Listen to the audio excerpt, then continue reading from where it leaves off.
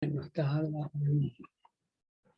No estaba grabando. Bueno, es muy, como le estaba diciendo, le voy a repetir todo otra vez lo que le dije porque nos estaba grabando. Y esto se estudia todo después. Vamos a iniciar con las indicaciones del trabajo práctico. Tenemos 2 lunes todavía para subir el trabajo práctico al foro. El trabajo práctico se debe realizar de acuerdo a la rúbrica establecida y que ustedes tienen en el foro de avisos generales. Como me estaba diciendo la compañera, puede usted enriquecer su trabajo con dibujo, con gráficos, con lo que ustedes crean conveniente de acuerdo al tema que le haya tocado realizar, ¿verdad? Y le estaba diciendo que es importante participar en el foro, porque en el foro en el foro tenemos la oportunidad de compartir lo que sabemos con los demás y aprender de lo que los otros ya saben, de lo que los otros ya investigaron, ¿verdad? El foro es un espacio muy importante de aprendizaje. También el otro espacio muy importante es lo que se refiere al glosario, porque en el glosario aparece la terminología propia de la materia. Es muy importante manejar una buena cantidad de terminología para poder expresarse con claridad e inclusive que la lectura de los materiales les resulte comprensible, porque ante un desconocimiento de la terminología no se puede comprender la lectura. Por eso que hasta en los grados inferiores se dice lectura comprensiva, porque el niño no puede entender. Si lee una palabra y no entiende lo que significa, no puede entender lo que lee. Lo mismo nos pasa a nosotros. Por eso que es muy importante el glosario y que todos los estudiantes suban terminología acompañada de la fuente de donde sacaron, donde lograron leer esa terminología. Porque de paso también aprenden a redactar la bibliografía. Perdón. Bueno. Ay, me ataca ahora. Bueno, vamos a iniciar con nuestro tema de hoy. Nuestro tema es realmente un tema muy apasionante que se refiere a psicología de la Gestalt. Ustedes me dicen si ven en la pantalla, si les ve claro. ¿O está muy sí, profesor, bien. A ver, ¿está bien? Sí. Está bien. Ahí parece que está mejor. No puedo agrandar más. Acá no dice, acá. Hay demasiado ya. Un poco menos, ahí. Un poco menos, un poco. Ahí parece que va a estar bien. Vamos a ver. Ahí bien. Ahí parece que se agrandó demasiado. Bueno, yo siempre les pongo en la primera lámina de dónde se sacó el material, ¿verdad? Porque la historia es algo que se repite, algo que se relata sobre lo sucedido. Y algunos estudiosos observaron eso, ¿verdad? También en otros materiales y escribieron sus libros y nosotros estamos leyendo lo que ellos escribieron. Pero cada historiador hace su propia interpretación también de lo leído. Así que es muy importante. Ustedes van a leer el material y van a hacer su propia interpretación también, ¿verdad? Eso es muy importante. Entonces van a encontrar los libros de donde extraje estos materiales, inclusive la dirección web que enriquece el material.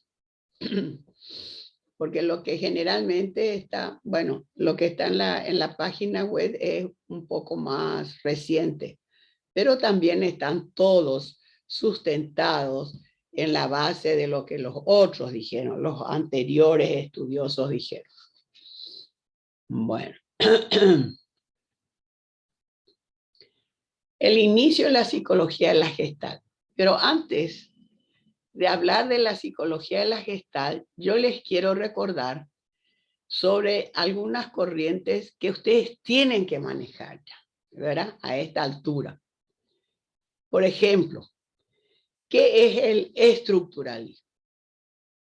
¿Alguien me puede decir qué es el estructuralismo? Con sus propias palabras, pues yo no quiero definición ni nada, pero si por ahí pueden leerlo en algún lado en este instante, vale. ¿Qué es el estructuralismo?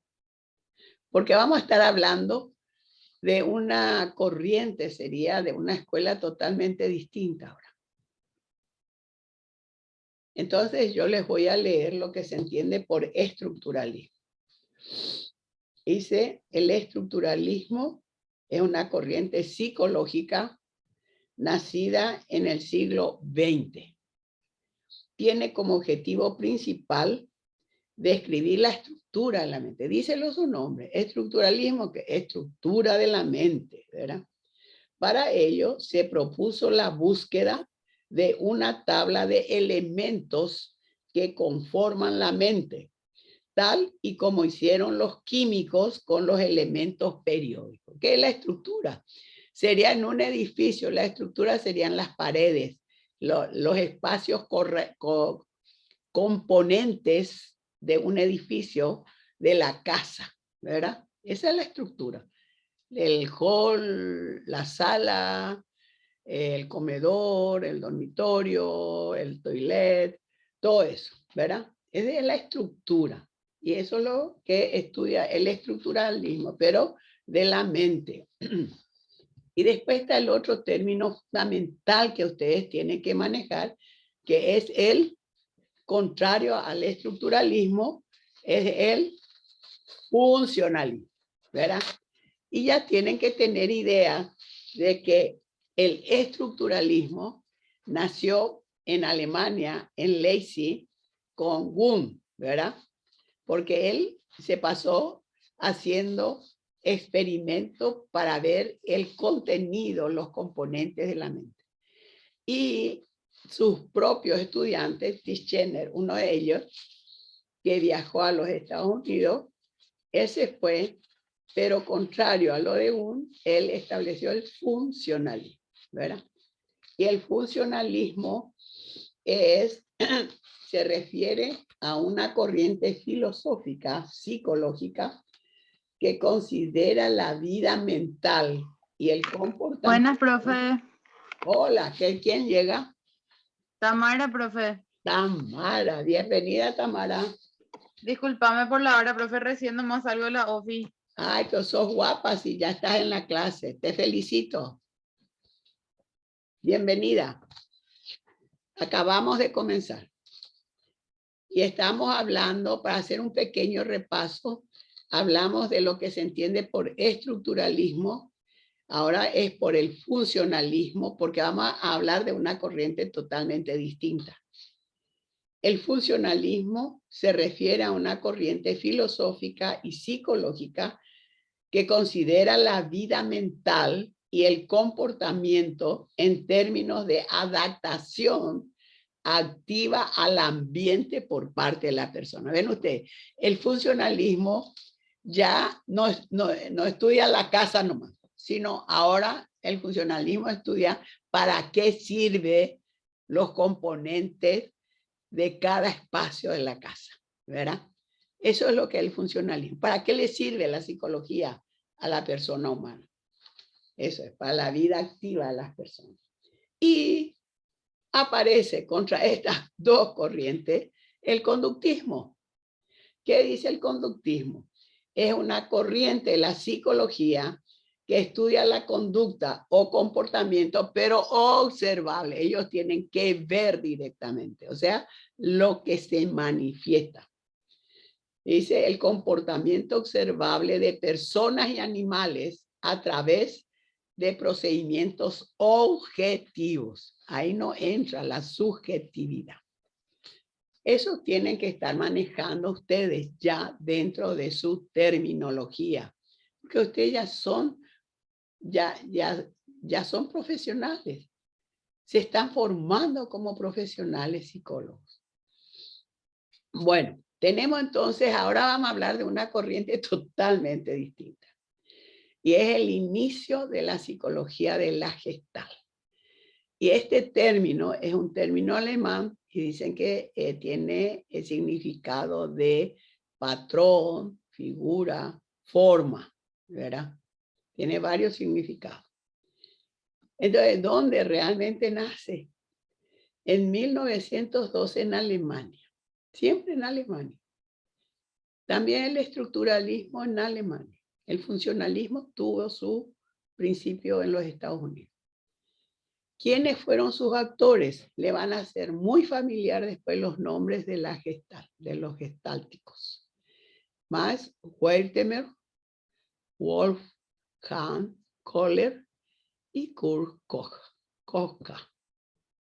Estos tres realmente, pero después le vamos a añadir otro, pero en otro gestaltista también, pero con la terapia gestal.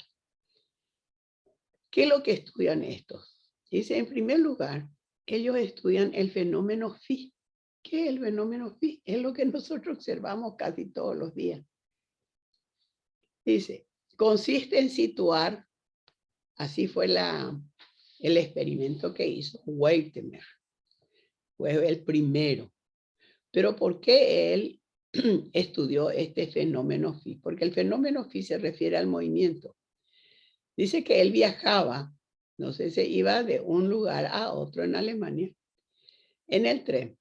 Y al viajar, veía que los postes, los alumbrados públicos, las plantas, los edificios, todos se movían, parece que corrían a la par del tren. ¿Quién no ve eso cuando viaja? ¿Verdad? Pero ven ustedes qué cosa sencilla que todo el mundo generalmente ve. A unos le despierta la curiosidad y a otros le pasa desapercibido. Entonces Max Wertheimer se preguntó qué pasaba con eso. ¿Por qué se parecía que esos edificios, esas plantas, esos postes se movían con la velocidad del tren? Y se propuso hacer un experimento. Y van a ver ustedes en la historia que es muy interesante, muy agradable. En el libro de Hottersall hace mucha historia y es agradable leer. Y dice que él se fue, visitó a otros estudiosos, compró unos elementos para ver, para hacer observaciones y eso. Y su experimento consistió, dice, en situar dos bombillas en una habitación que permanecía oscura.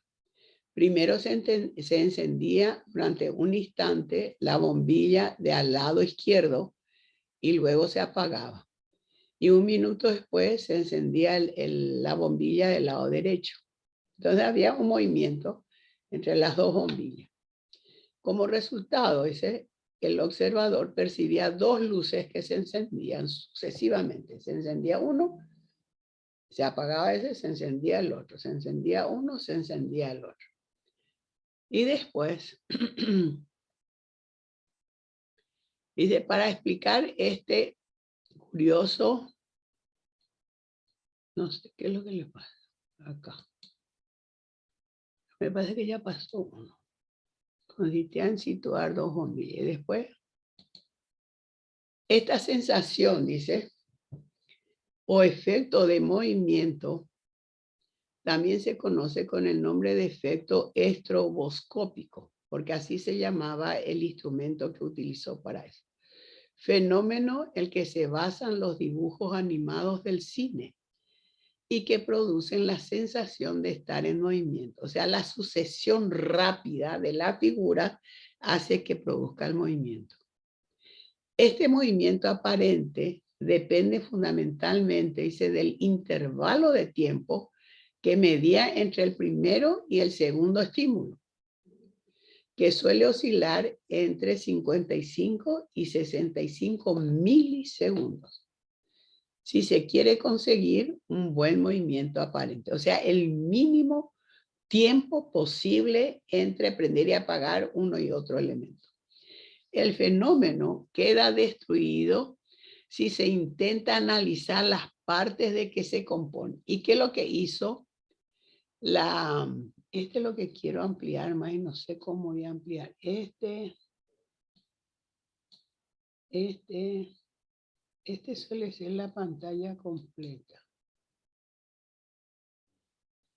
El fenómeno queda destruido si se intenta analizar las partes de que se compone el fenómeno, demostrando que el fenómeno, vamos a repetir, de la percepción tiene un carácter de totalidad. Quiere decir que ese movimiento aparente que se produce entre encender y apagar una bombilla, si uno quiere analizar por separado la primera bombilla, la segunda bombilla y estudiarlo por separado, no se va a romper el fenómeno, ¿verdad? No se va a poder ver la totalidad.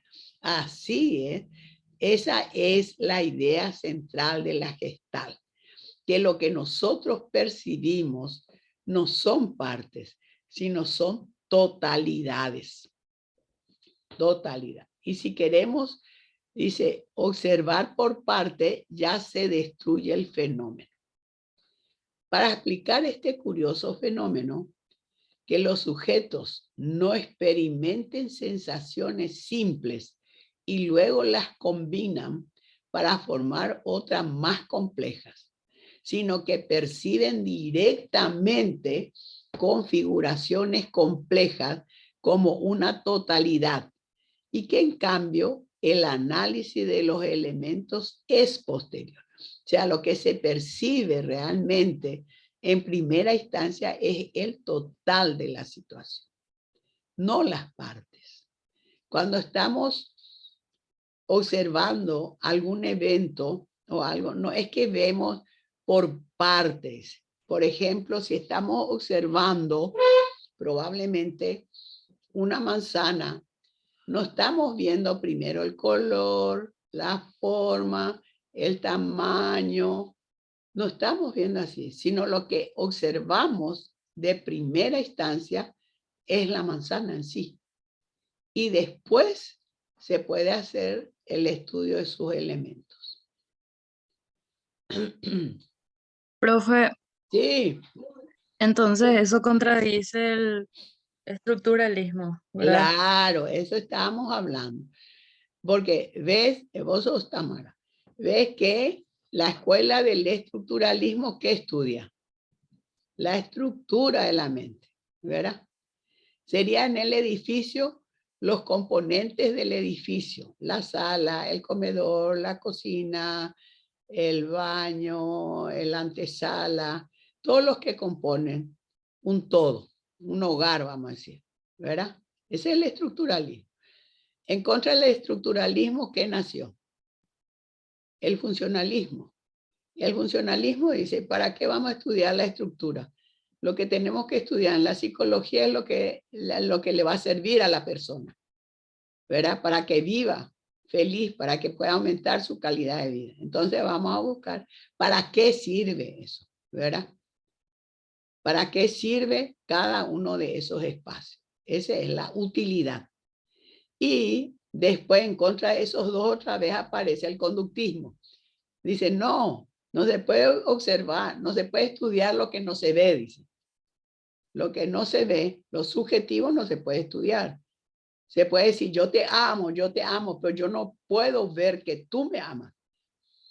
Solamente puedo observar que tú me amas por tu comportamiento, lo que tú haces conmigo.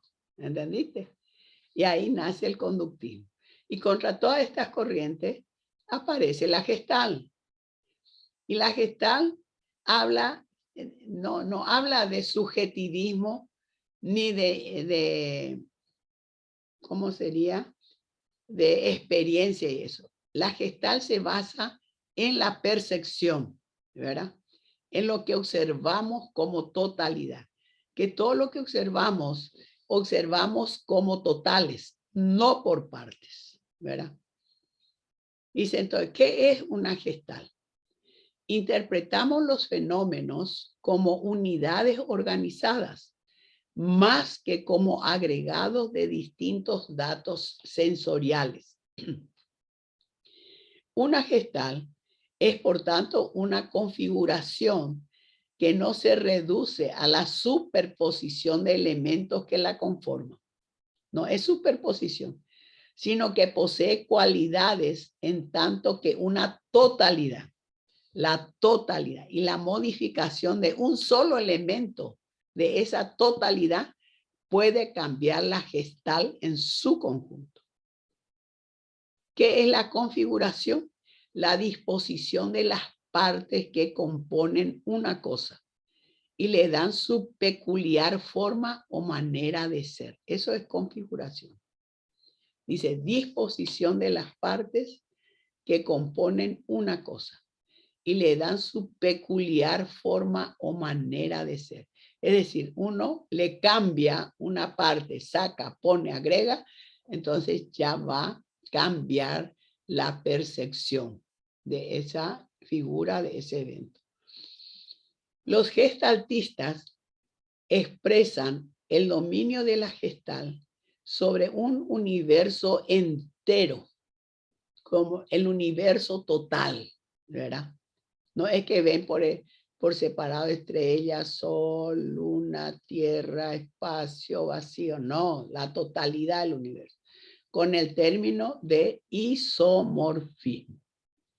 Nos referimos a la universidad del principio de la gestal, que no es más que la expresión, dice, de la creencia de estos psicólogos en la unidad del universo. Eso es la unidad del universo, ¿verdad? La percepción de la unidad. Por eso es muy, muy distinto de lo que es el estructuralismo, de lo que es el funcionalismo, de lo que es el conductismo. Entonces, la Gestalt establece una serie de leyes, ¿verdad? Que usted a medida que lean los materiales van a encontrar que unos hablan de menos leyes y otros de más leyes, pero todas las leyes se refieren a lo mismo, ¿verdad? Porque ustedes saben que lo que nosotros estamos estudiando es la historia, es lo que pasó. Y lo que pasó nosotros ya no vamos a cambiar. Nosotros estamos rememorando y recordando y analizando y tratando de crear nuestro propio juicio acerca de lo que leemos, a ver qué nos puede servir para este presente, para la interpretación del presente de la psicología y qué podemos esperar en el futuro de la psicología. Cuando ustedes estén ejerciendo dentro de 4 o 5 años y dentro de 10, 15, 20 años, cuando ya se esté por jubilar, ¿qué sería la psicología, verdad? ¿Qué? ¿Alguien habló? Voy a tomar la lista un ratito. Tamara, ¿y quién más llegó? Hola, profe. Bueno, Tamara, voy a tomar la lista. Tamara, y después Gloria Sosa, profe. Gloria. ¿Qué tal, Glorieta? Bien, profe. Gloria. ¿Quién más llegó? José Ortega, profe. ¿José? José Ortega. Sí, Josecito. ¿Qué tal, José? ¿Quién más llegó? Yo, profe, Verónica Raidam. ¿Quién? Verónica Raidam. Verónica. Sí, yo ya tomé tu presencia, Verónica. Gracias. Gracias, profe. Nancy ya me Tomás avisó. Galeano, profe. ¿Quién? Tomás Galeano. Tomás, Tomasito. Un ratito. Tomás Alejandro. Ok. ¿Quién más llegó? Ana Cardoso, profe. Ana. Ana Sofía Cardoso. Sí, Ok. ¿Quién más Fabián también, llegó? profe. ¿Quién? Fabián. No escucho bien. Fabián también. Dice, profe. Fabián. ¿Qué tal, Fabián? Ok. Fabián.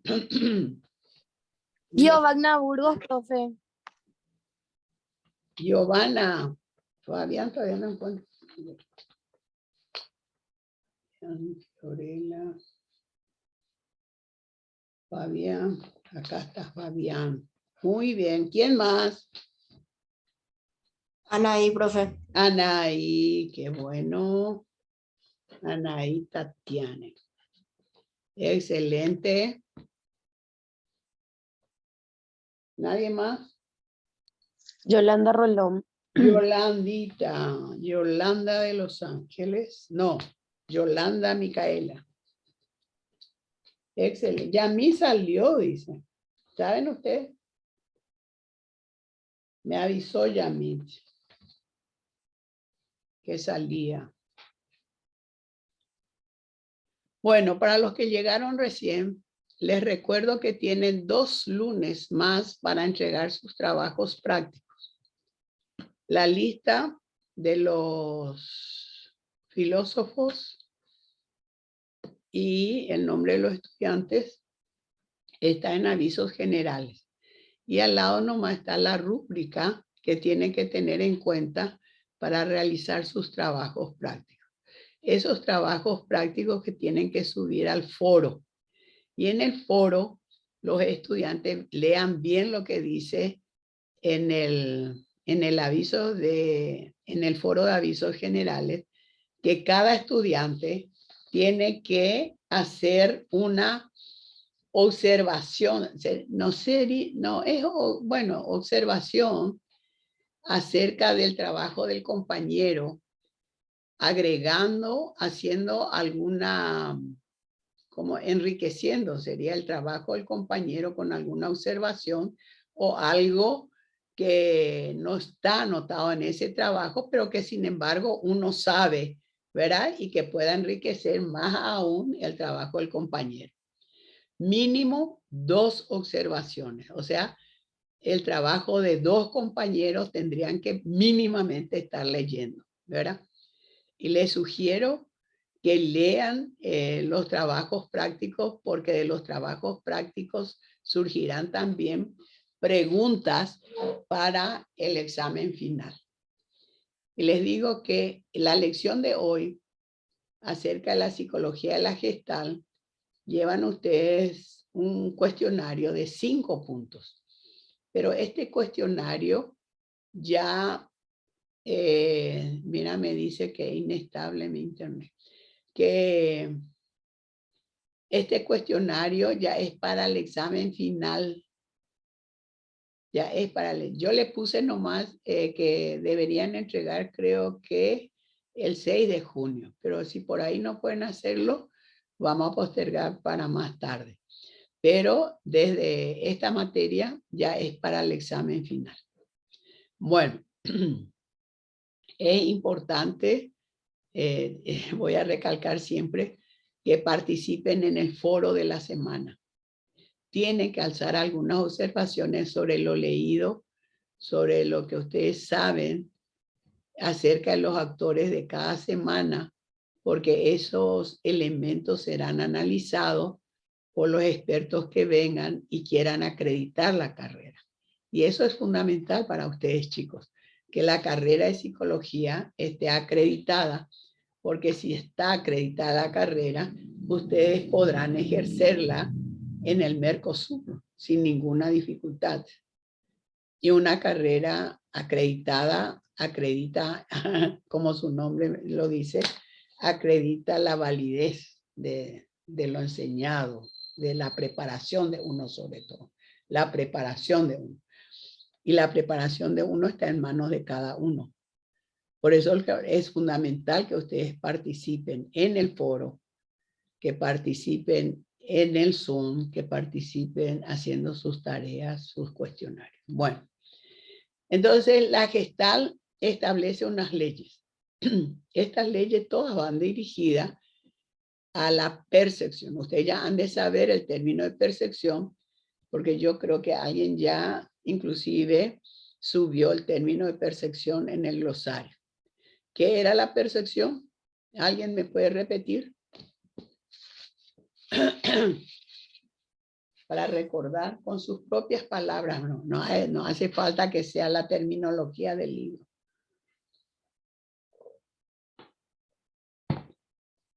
¿Alguien tiene idea de la percepción? ¿Qué es la percepción? El primer conocimiento de una cosa. El primer conocimiento de una cosa. Otra idea, ¿cómo sería el primer conocimiento de una cosa? El primer conocimiento, ese... Puede ser la primera impresión que tenemos de algo. Va por ahí. Otra cosa. Yo quiero que ustedes piensen, chicos. Ustedes tienen, mira, a esta altura, ustedes son estudiantes del primer año de psicología y cuántas clases tienen encima. Tienen que ir leyendo, tienen que enriquecer su vocabulario. Bueno, entonces le voy a decir ahora, que ya habíamos dado en clases anteriores. ¿Cómo llega? Es cierto, eso del conocimiento. La percepción implica conocimiento, ¿verdad? Pero ¿cómo llega esa percepción? ¿Cómo se realiza la percepción?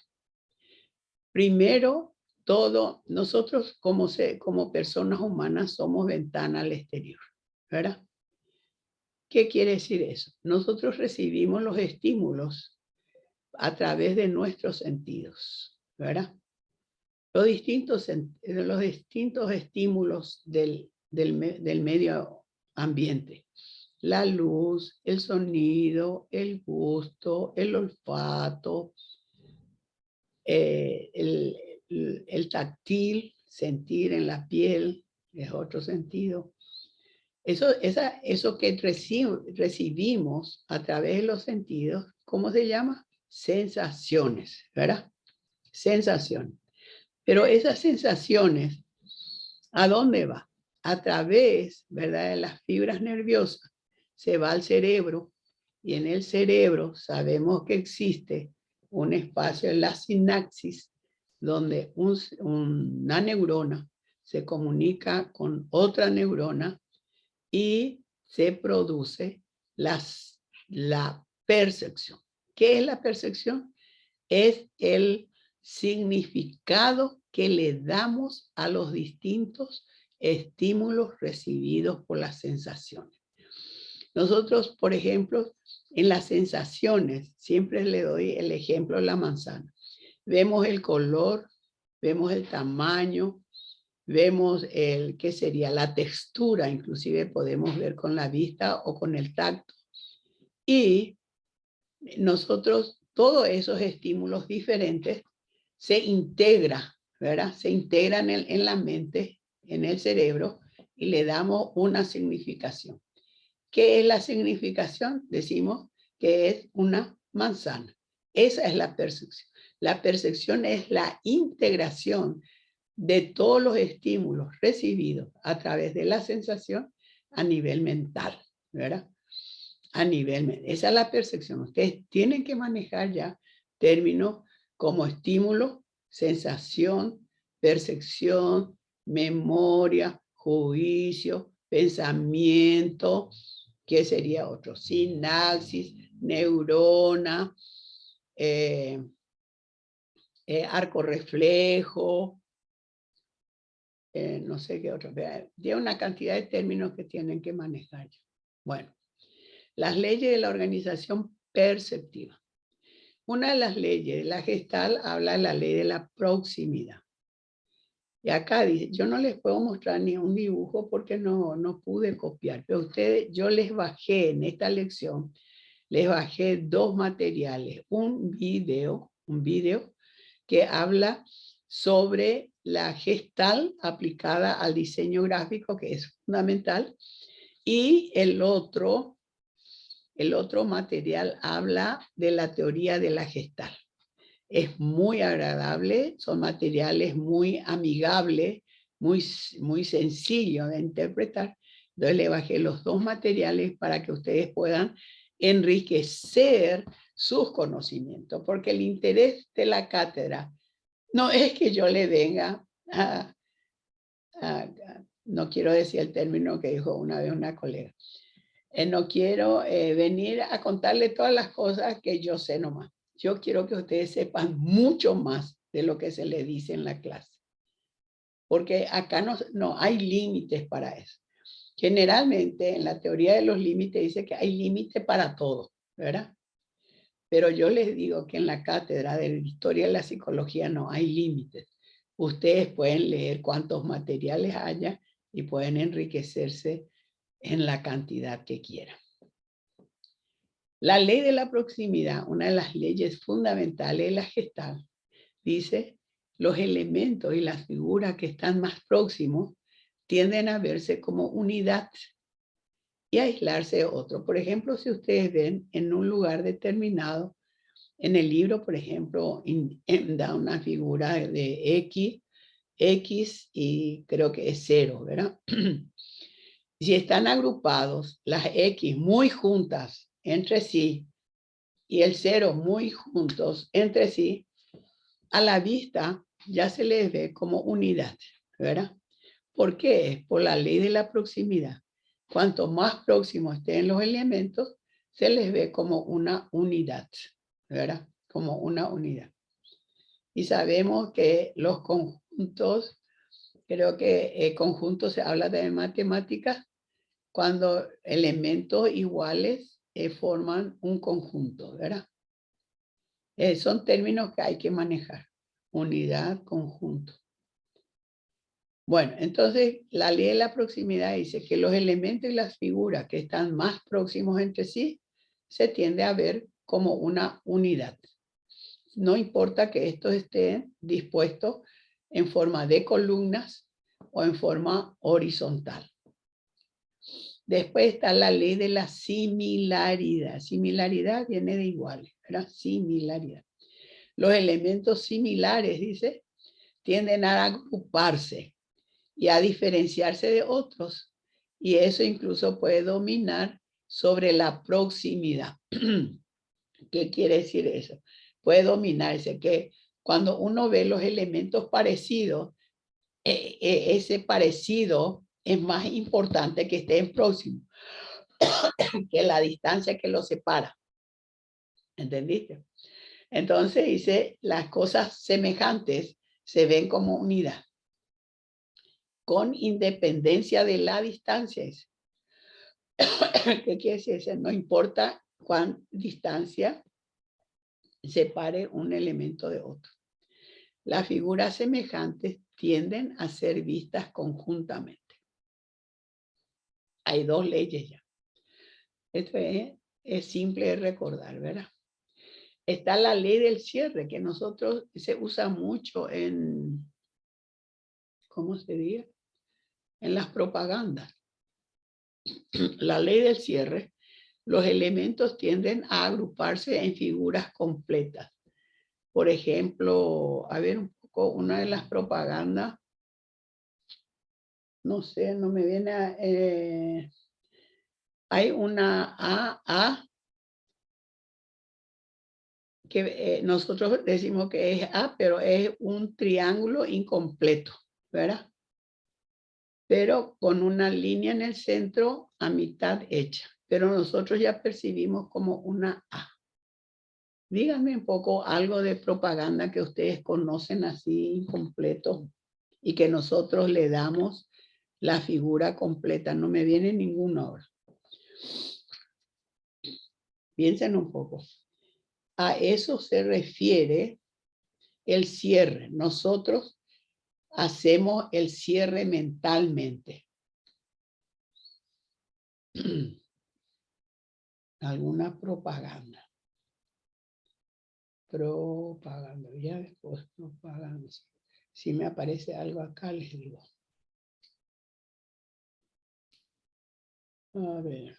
No sé, no me va a salir. No pongo qué es. Alguna propaganda. ¿No le viene a usted a la memoria alguna palabra que nosotros completamos cuando vemos?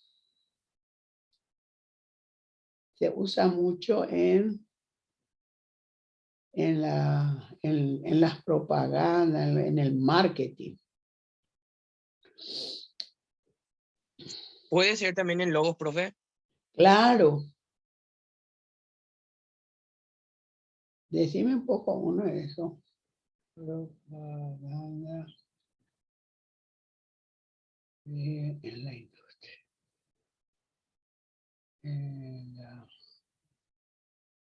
Hay muchas palabras. Ahora nomás no me viene ninguno para decirle.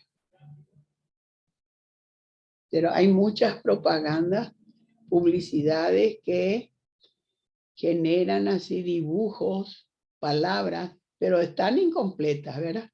Pero nosotros le damos el cierre a esa palabra, le completamos. ¿Por qué? Porque le completamos en base a los conocimientos previos que tenemos. La percepción se basa en los conocimientos previos que tenemos. Esa es la ley del cierre. Completar las figuras incompletas que se nos aparece con algo que ya nosotros tenemos por conocido. Después está la ley de la simplicidad, de pregnancia o de la buena forma. Los estímulos ambiguos tienden a analizarse de la forma más simple. Perspectiva, volumen, profundidad. Nosotros podemos ver volumen y profundidad de acuerdo a los dibujos que se nos presentan, ¿verdad? ¿Por qué?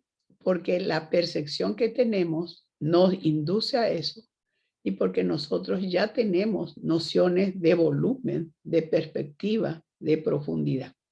Hay muchos dibujos que nos dan esa sensación y nosotros tenemos la percepción. Después está la ley de la simetría.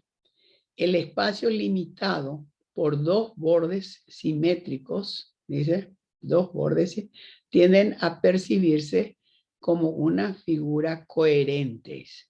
A pesar de que las líneas no están cerradas, parecen delimitar un espacio a ser simétricas. Sobre todo cuando hay dos líneas, dice, sin tocarse, pero son simétricas, nosotros cerramos la figura, ¿verdad? Esa es otra ley. La ley de la figura y el fondo. La figura es un elemento que existe en un espacio o campo, destacándose en su interrelación con otros elementos. En una foto, por ejemplo, en un cuadro, nosotros vemos el fondo, ¿verdad? Diferenciado de la figura. Pero puede intercambiarse. De repente, si yo observo más el fondo, me va a aparecer el fondo como figura y la figura como fondo, ¿verdad? Depende de dónde yo esté enfocando mi atención.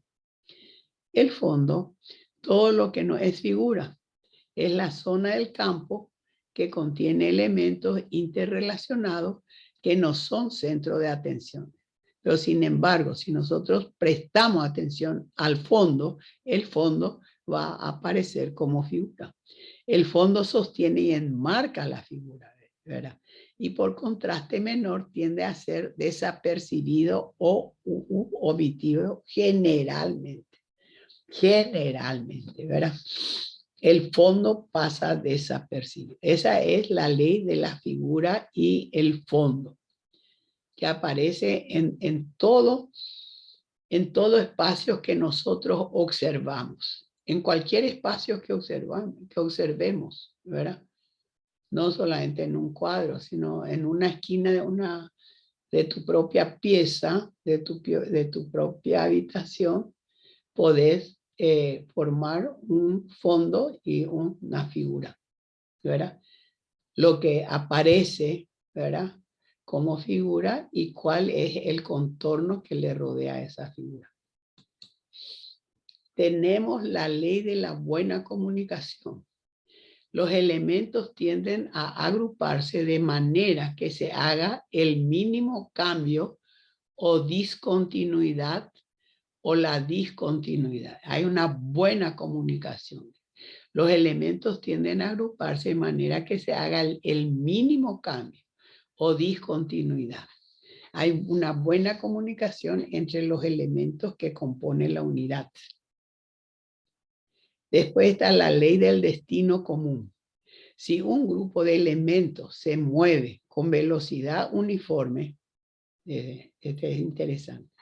Si un grupo de elementos se mueve con velocidad uniforme sobre un campo de elementos similares, los que se mueven tienden a percibirse como un grupo coherente. Ese es el destino común. Y esta experiencia se puede hacer fácilmente, la experiencia pintando, dice, un conjunto de puntos al azar sobre un papel transparente y otros puntos sobre un papel blanco, haciendo que la hoja transparente se mueva sobre la hoja en blanco. Se observará que los puntos se mueven conjuntamente, se ven como unidades. Un experimento que tienen que hacer en la casa, muy interesante, muy divertido. Ese es el destino común. Bueno, esas son las leyes principales. Y en algunos artículos, revistas, pueden ir leyendo y van a encontrar con alguna diferencia de términos, pero siempre son las mismas leyes. Según los gestaltistas, los individuos organizan, dice, al mundo imponiendo formas. Esta idea la extienden no solo al terreno de las percepciones, sino también al del pensamiento, sosteniendo que pensar supone organizar los elementos de un problema en una totalidad nueva. O sea, en el pensamiento tenemos el pensamiento de una totalidad, no las partes del pensamiento, ¿verdad? Entonces, la percepción también se extiende al pensamiento, según los gestaltistas. Para los gestaltistas, las formas son campos de fuerza y existe un isomorfismo entre el mundo físico y las formas mentales. Por eso, la teoría gestaltista es innatista, en el sentido de que las formas no se construyen, sino de que de algún modo se nace con ellas. Ese es lo innato, ¿verdad? Lo innato quiere decir, alguien dijo hoy el conocimiento primero que tenemos, ¿verdad? Ese es innatismo, nacer con ese conocimiento que nos decía Kant a priori, sin necesidad de haber aprendido. Es lo que sostiene los gestaltistas. El isomorfismo, correspondencia estructural de los campos excitativos del cerebro con los contenidos experimentados en la conciencia. Es el isomorfismo. Iso es igual, igual forma, isomorfismo. Correspondencia estructural, ¿verdad? De formas de los campos excitativos del cerebro con los contenidos experimentados en la conciencia. La conciencia, pues, la conciencia no es algo que existe en un lugar específico del cerebro, ¿verdad? El cerebro es el órgano en el cual se manifiesta la función de la conciencia. Pero no podemos nosotros decir que la conciencia está en tal parte del cerebro, ¿verdad? No se ha llegado todavía a eso. El concepto de la gestal. Los gestaltistas, en vez de buscar elementos mentales, prefirieron estudiar las configuraciones y patrones naturales que aparecen en la experiencia directa, ¿verdad? Estudiar configuraciones. ¿Qué configuración es? Forma, ¿verdad? Configurar. Configurar quiere decir darle forma, viene de forma. Gestal significa cómo se perciben en la mente los objetos. Un concepto básico de la terapia gestáltica es el campo psicofísico, que se compone del yo y el medio ambiente conductual. el campo psicofísico determina la conducta. Esto es lo que estudió Kurt Lewin, ¿verdad? Kurt Lewin estudió el yo y el medio ambiente. Kurt Lewin basado en la terapia gestal. Los fenómenos, dice, ocurren dentro de un campo determinado. ¿Qué quiere decir un campo? Un campo quiere decir un espacio determinado, ¿verdad? Los fenómenos no se dan como algo aislado. Unos elementos no están aislados de otros, sino que están en función de la organización de ese campo. Por ejemplo, si estuviéramos en una sala, ¿verdad? Y estuviéramos todos nosotros en el aula en sí es el campo y ese campo tiene un significado. Ese campo en sí, la totalidad, es aula. Se da clase ahí hay clase, aula de clase, ¿verdad? Pero esa aula en su conjunto es aula de clase. Pero no se puede separar los bancos por un lado, los estudiantes por otro lado, el profesor por otro lado, la pizarra por otro lado, el borrador por otro lado, la mesa de escritorio. No se puede estudiar, ¿verdad? Ese conjunto que llamamos aula, ¿verdad? En sus elementos componentes. ¿Entienden? Entonces, los fenómenos no se dan como algo aislado. Unos elementos no están aislados de otros, sino el conjunto es lo que forma el evento en sí. En este caso, el aula. Imaginemos, dice, que el cuerpo es un campo. Pues bien, todos los fenómenos que se dan en él no se dan aislados, sino que están en función de las características y del estado general de esa persona. Y el conocimiento de los elementos por separado no nos permite deducir el sistema en el que se encuentra. También este es un ejemplo en el caso de que una persona en sí sea el campo, ¿verdad? Entonces en el campo, ¿qué va a haber en el campo? Mi función corporal, mi estructura, mi fisiología, mis sentimientos, mi forma de ser, mi personalidad, mi carácter, mis motivaciones, mis intereses. Bueno, una cantidad de factores, ¿verdad? Todo eso hace que yo sea una unidad, ¿verdad? Y se me percibe a mí como una persona. Yo soy en ese caso el campo.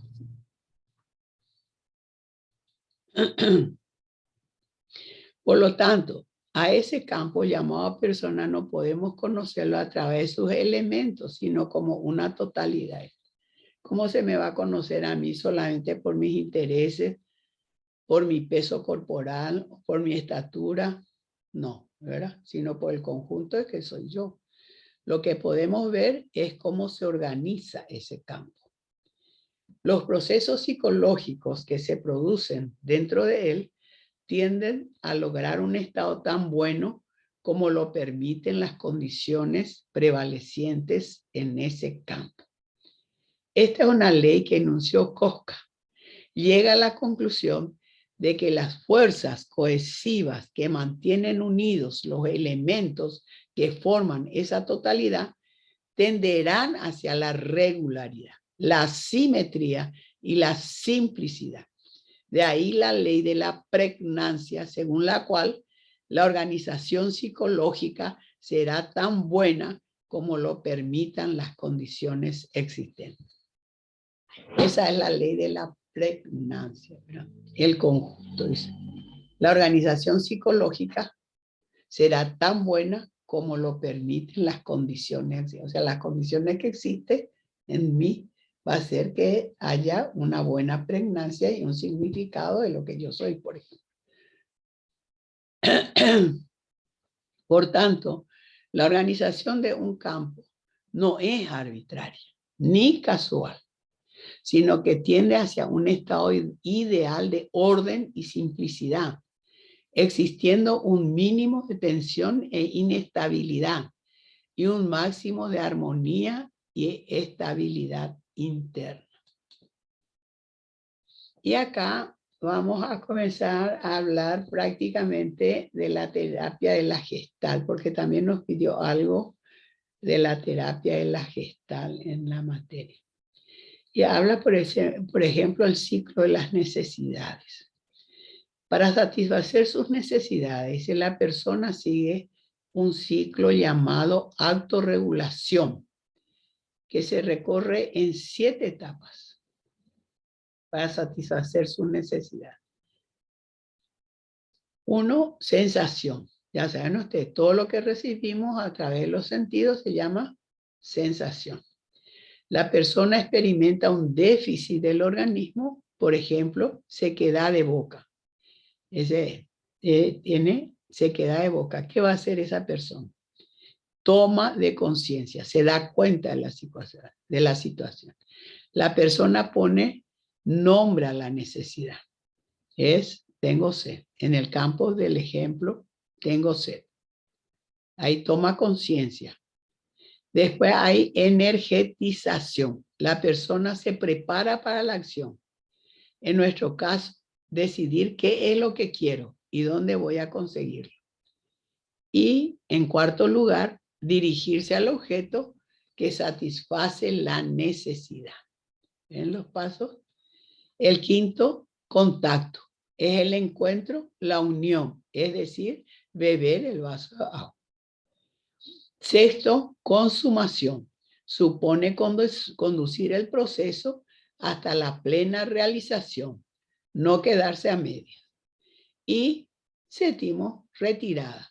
La plena satisfacción de la necesidad emergente lleva a un periodo de repliegue hacia uno mismo hasta que surge otra nueva necesidad. Estos son los pasos que se contempla ante la necesidad que tenga. Habla de la salud y patología. La salud tiene que ver con la capacidad de contactar con lo interno y con lo externo para así conocer la realidad. La salud también es aceptación e integración de lo que somos, de nuestros sentimientos, de nuestros pensamientos y conductas, aunque a veces nos resulten contradictorios. Y por último, la salud supone la posibilidad de ampliar nuestros recursos en lugar de repetir siempre lo mismo que aprendimos y que en su momento nos sirvió, pero que ahora es excesivamente rígido. La enfermedad, por el contrario, aparece cuando no hay un buen contacto, ya sea con el mundo interno o externo, cuando negamos características o aspectos personales que nos pertenecen y cuando nuestro comportamiento es excesivamente rígido o repetitivo frente al comportamiento saludable que tiene mayor flexibilidad y creatividad. Hay que complementar con la definición de salud y enfermedad que tiene la Organización Mundial de la Salud. La salud, por ejemplo, es el completo bienestar físico, psíquico y social de la persona humana y no solo ausencia de enfermedades. La Organización Mundial de la Salud. Kurt Lewin. Kurt Lewin fue un psicólogo preocupado por la explicación de la conducta individual a partir de la totalidad de factores psicológicos en un momento concreto. A esta totalidad de factores le llamó espacio vital. Kurt Lewin es un psicólogo que se basó en la psicología de la Gestalt. Él no está en el grupo de los que establecieron, de los que, ¿cómo se dice? Inventaron, los que crearon la psicología de la Gestalt. Pero él es un estudioso de la psicología Gestalt y él habla del espacio vital. Los planteamientos de Lewin llevan a la problemática conocida como dinámica de grupos, la interdependencia de cuyos miembros contribuyó a clarificar. La famosa parte de la psicología que es dinámica de grupos. De Lewin arranca la nueva rama de la psicología, que es la psicología social. Porque Lewin se preocupó mucho en estudiar, en aplicar los principios de la psicología gestal, ya sea en la industria, en el comercio y en el grupo de personas, en la psicología social.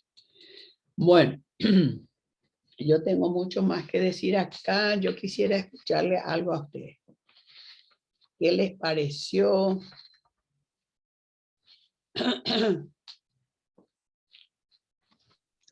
A mí me apasiona lo que es la psicología de la gestal. ¿Sí? ¿Alguien iba a hablar? Yo iba a decir nomás, profe, que estoy bien atento, estoy escuchando todo, muy interesante está. Y les sugiero que lean, que vean el video que les puse en la lección y el material que está ahí en PDF, creo, que le va a ilustrar muchísimo mejor y les va a hacer más amigable viendo los distintos dibujos que les presenta. Es muy importante. Yo les puedo leer acá las contribuciones de Kurt Lewin a la psicología.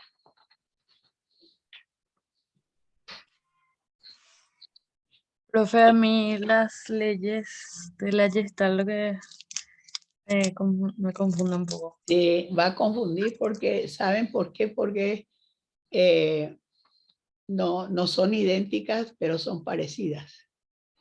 Y cuando ustedes lean el material y vean los dibujos que le está explicando cada ley, le van a recordar con mayor facilidad. Porque ven ustedes, yo no les mostré ni un dibujo ni una figura para que les facilite la comprensión. Entonces, cuando ustedes vean las figuras en esos materiales que yo les bajé, van a ver que con facilidad van a recordar. Las contribuciones de Kurt Lewin a la psicología, por ejemplo. Kurt Lewin es reconocido como el fundador de la psicología social moderna. Eso es importante recordar. Contribuyó al desarrollo de la psicología de la Gestalt de manera significativa. Estudió en los grupos el concepto de distancia social, fundamental eso. En la investigación-acción, defendió la investigación básica, resaltando la aplicación práctica de la Gestalt. Eso es importante en el grupo de personas, en lo social. Lewin creó la noción de campo psicológico para explicar la interacción de las fuerzas que emanan del sujeto y las influencias sociales. O sea, el sujeto dentro de un espacio. ¿Cuál es el espacio que le corresponde a cada persona? Y solemos escuchar inclusive, no invada mi espacio, ¿verdad? Y sí, cada uno de nosotros tenemos un espacio. Y ese espacio psicológico habló muy bien Kurt Lewin. El campo psicológico es una totalidad dinámica que manifiesta el estado relacional de una persona con su entorno social en un momento determinado. Cada uno de nosotros tenemos nuestro espacio vital. Nuestro espacio vital, que es el espacio psicológico. Después le tenemos a Kohler. Presentó investigaciones sobre el aprendizaje, aunque un tipo cualitativamente diferente de aprendizaje que estaba siendo estudiado por los psicólogos estadounidenses. Las bases conceptuales de la teoría de campo, ha sido una escuela importante de la psicología estadounidense. Kohler habló sobre todo de un aprendizaje insight, que le dicen, insight. Se escribe I-N-S-I-G-H-T. Insight. Es un aprendizaje que surge de forma instantánea. De eso habla la Gestalt, que nosotros cuando aprendemos algo, aprendemos, sería el término vulgar, de repente. de primera intención. ¿Entiendes? El libro dice, el libro de Wertheimer, que es Pensamiento Productivo, concernía por completo a los procesos de enseñanza de conceptos complejos a niños y por tanto su interés en el aprendizaje lo mismo que en la cognición. En la actualidad, con el surgimiento del interés en la psicología cognitiva, la investigación de Kohler y Wertheimer ha llegado a ser de nuevo relevante.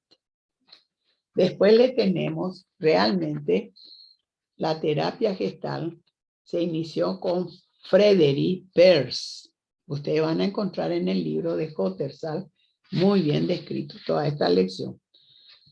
Frederick Peirce es el que estableció los principios de la terapia gestal, ¿verdad? Pero según dicen algunos que no tiene una conexión directa con la teoría de la gestal, pero se le considera terapia gestal por los principios que impone la terapia. Se piensa y dice con frecuencia que la terapia gestal deriva de la psicología de la gestal. Se piensa con frecuencia. Este enfoque de la terapia ya fue esbozado primero, dice, por Frederick Peirce en su libro en 1951. La terapia gestal y más tarde en un gran número de trabajos, incluyendo adentro y afuera del bote de la basura, se llama su libro. Mira qué nombre raro, ¿verdad? Adentro y afuera del bote de la basura. Y el otro libro que escribió fue El enfoque gestal y el testigo ocular a la terapia. Peirce se escribe P-E-R-L-S. Peirce describió su enfoque de la terapia como radical e inventó al lector, dice, a invadir su privacidad y mediante el autodescubrirse, observa el yo en acción, ¿verdad? Ese es el principio de la terapia de la gestal. Dice invadir su privacidad y mediante el autodescubrimiento observar el yo en acción. En terapia gestal, Peirce afirmó que en su enfoque, para cualquier ayuda que nos pueda dar, deberíamos hacer uso de la terminología desarrollada por la psicología de la gestal. La terapia gestal de Peirce no debe considerarse una aplicación clínica de desarrollo de la psicología de la gestal. Las teorías del campo han tomado de la gestal algunos de los principios básicos de su enfoque metodológico y teórico de la psicología. Y los más importantes son las pautas o patrones de organización. Son los factores primarios y determinantes de la conducta. El análisis de los componentes particulares o aislados no nos puede proporcionar un conocimiento. Esas son las ideas centrales. Fíjense, las pautas o patrones de organización, organizar todo lo que se observa, organizar en uno, como unidad. Y el otro que dice, el análisis de los componentes particulares o aislados no nos puede proporcionar un conocimiento adecuado de la organización total. O sea, que lo que observamos como un todo no podemos analizarlo en sus partes componentes. Bueno, yo les preparé un cuestionario de 5 puntos referente a este tema de la gestal.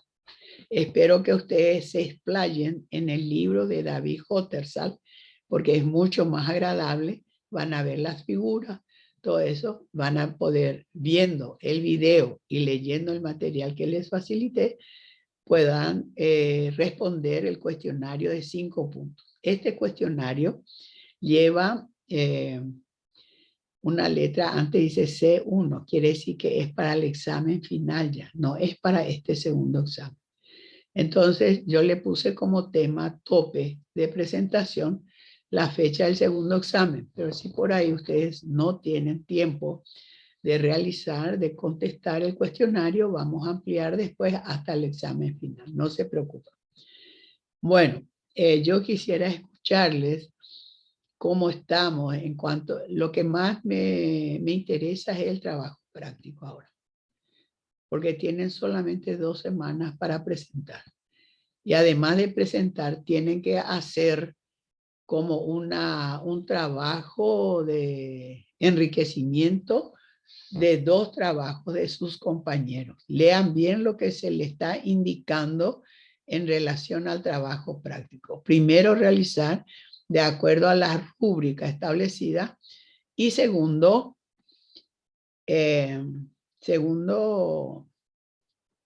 hacer las observaciones acerca de estos, del observado. Hacer por escrito, siempre en el foro, levantar, subir o levantar al foro su trabajo práctico. Si alguien está todavía presente, me gustaría escucharles algo.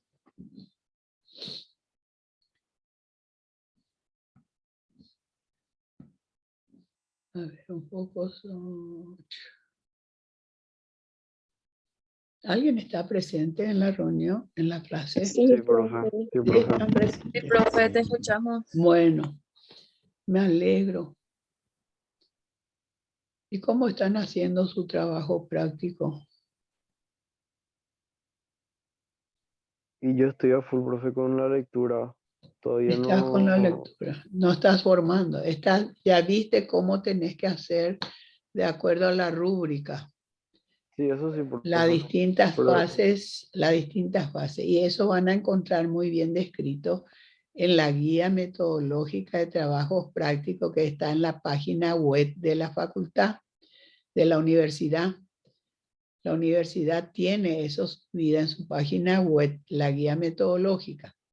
Ustedes tienen que tener eso para que puedan hacer en forma, para saber los aspectos que compone cada fase del trabajo.